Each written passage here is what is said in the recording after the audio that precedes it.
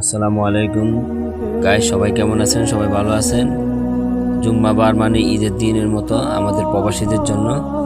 তো গেছেবারের মতো আজকে জুম্মাবারে আমরা সবাই মিলে কাঁধে কাঁধ মিলিয়ে নামাজ পড়তে নামাজের উদ্দেশ্যে যাচ্ছি।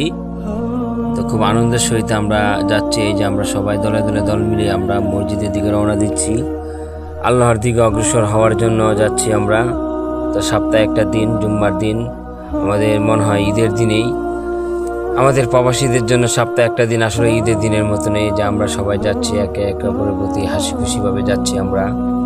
তো আপনারা বলেন কেমন লাগে এভাবে যদি একসাথে সবাই হয়, কেমন মানে ফিলিংস মনে হয়? তো এখানে একে অপরের ভাই বলেন বা একে অপরের সঙ্গী বলেন, একে অপরের আত্মীয় বলেন, এখানে আমরা সবাই আমাদের একজনের দুঃখ আরেকজন এখানে বুঝি। এখানে